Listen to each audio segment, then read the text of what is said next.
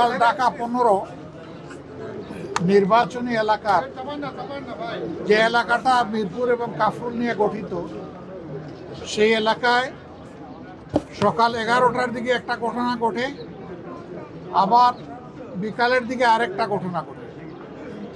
দুইটা ঘটনাই জামাত ইসলামের নারী কর্মী এবং দায়িত্বশীলদের উপরে অত্যন্ত বেদনাদায়কভাবে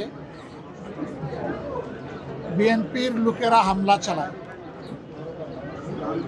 এবং তাদেরকে আবদ্ধ করেও রাখে। পরে আইন শৃঙ্খলা বাহিনী এবং আমাদের লোকদের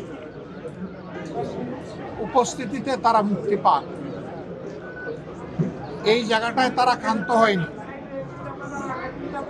তারা আমাদের নেতাকর্মীদের উপরে হামলা চালায় দেশীয় অস্ত্র শস্ত্র দিয়ে। তাদের মধ্যে অন্তত 16 জন গুরুতর আহত হন।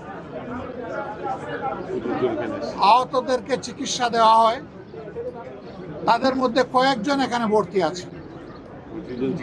আমরা তাদেরকে দেখতে এসেছি।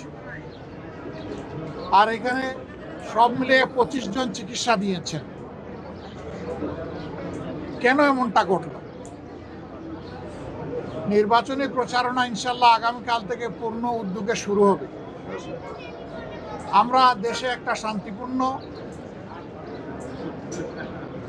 একটা সুষ্ঠু নির্বাচন চাই, যেই নির্বাচনে জনমতের প্রতিফলন ঘটবে, মানুষ স্বস্তির সাথে ভোট দিতে পারবে, কোনো ভয়ভীতির পরিবেশ থাকবে না, এমন একটা নির্বাচন আমরা চাচ্ছি। যুক্তির খাতিরে যদি ধরে নেওয়া হয় যে আমাদের দলের কেউ নির্বাচনী আচরণবিধি লঙ্ঘন করেছে, এর জন্য যথাযথ কর্তৃপক্ষ আছে, তারা কর্তৃপক্ষকে বলবেন, কর্তৃপক্ষ তাদের মতো করে উদ্যোগ নেবে এবং আমাদেরকে সেই ব্যাপারে সম্পৃক্ত করবে, আমাদের কাছে জানতে চাইবে। আরও অনেক পদক্ষেপ নেওয়ার তাদের এখতিয়ার আছে, কিন্তু কোনো ব্যক্তি বা দলের কোনো ধরনের কোনো এখতিয়ার নাই এই ব্যাপারে কোনো মব সৃষ্টি করার। আমরা এই নোংরা মবের নিন্দা জানাই এবং আমরা দেখতে চাই যে মব যেন এখানেই শেষ হয়। মনে রাখবেন, দুনিয়ার মানুষ এখন অনেক সচেতন।